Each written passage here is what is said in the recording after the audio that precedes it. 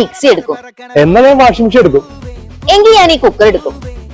എങ്കിൽ ഞാൻ TV എടുക്കും. ഈ ഓണത്തിന് എല്ലാവരുടെ ആഗ്രഹം നടക്കും.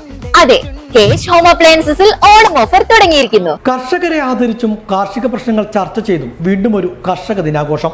തദ്ദേശ സ്ഥാപനങ്ങളുടെ നേതൃത്വത്തിൽ വിപുലമായ പരിപാടികളോടെയാണ് കർഷക ദിനാഘോഷം കൊണ്ടാടിയത്. പട്ടാമ്പി നഗരസഭയിൽ നടന്ന കർഷക ദിനാഘോഷം നഗരസഭാ ചെയർമാൻ ടി.പി. ഷാജി ഉദ്ഘാടനം ചെയ്തു. പട്ടാമ്പി നഗരസഭയിൽ വിവിധ പരിപാടികളോടെയാണ് കർഷക ദിനാഘോഷം കൊണ്ടാടിയത്. കാർഷിക പ്രശ്നങ്ങൾ ചർച്ച ചെയ്തും കർഷകരെ ആദരിച്ചുമായിരുന്നു കർഷക ദിനാഘോഷം. നഗരസഭാ ചെയർമാൻ ടി.പി. ഷാജി കർഷക ദിനാഘോഷം ഉദ്ഘാടനം ചെയ്തു. വ്യതിയാനം മൂലമുണ്ടാകുന്ന ഒരുപാട് നാശനഷ്ടങ്ങൾ.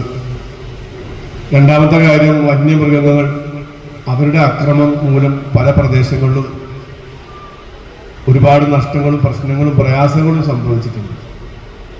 അപ്പം ഇത്തരം പ്രതിസന്ധികളൊക്കെ അതിജീവിച്ചുകൊണ്ടാണ് ഇന്ന് കർഷകർ കേരളത്തിൽ കൃഷി നടത്തി മുന്നോട്ട് പോകുന്നത്. നമുക്കെല്ലാവർക്കും അറിയാം, ഇപ്പം കഴിഞ്ഞ കാലഘട്ടങ്ങളിലൊക്കെ നമ്മുടെ സംസ്ഥാനത്ത് നമുക്ക് ആവശ്യമായ കൃഷി ഉൽപ്പാദിപ്പിക്കുകയും അത് കഴിക്കുകയും ചെയ്യുന്ന ഒരു സമൂഹം, ഒരു തലമുറ നമ്മുടെ നാട്ടിലൊക്കെ ഉണ്ടായിരുന്നു.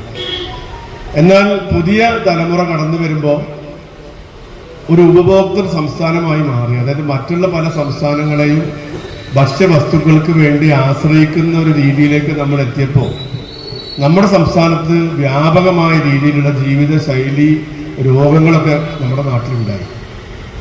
ഇന്ന് പല പ്രശസ്തമായ ഡോക്ടർമാരും പറയുന്നത് ഒരു അസുഖത്തിന് മരുന്നിനേക്കാൾ കൊടുക്കേണ്ടത് നല്ല ഭക്ഷണമാണെന്ന്. അപ്പൊ നല്ല ഭക്ഷണം ലഭിക്കണം എന്നുണ്ടെങ്കിൽ സമൂഹത്തോട് പ്രതിബദ്ധതയുള്ള കർഷകരുണ്ടായാൽ മാത്രമാണ് നമുക്ക് നല്ല ഭക്ഷണം. നഗരസഭയുടെയും കൃഷിഭവന്റെയും പാടശേഖര സമിതികളുടെയും ആഭിമുഖ്യത്തിലായിരുന്നു കർഷക ദിനാഘോഷം കൊണ്ടാടിയത്. വൈസ് ചെയർപേഴ്സൺ അസ്ന അനീഫ അധ്യക്ഷയായിരുന്നു. സ്ഥിരം സമിതി അധ്യക്ഷന്മാർ, കൗൺസിലർമാർ, ഉദ്യോഗസ്ഥർ, പാടശേഖര സമിതി ഭാരവാഹികൾ ഉൾപ്പെടെയുള്ളവരും പങ്കെടുത്ത് സംസാരിച്ചു. തിരഞ്ഞെടുത്ത കർഷകരെ ചടങ്ങിൽ ആദരിച്ചു.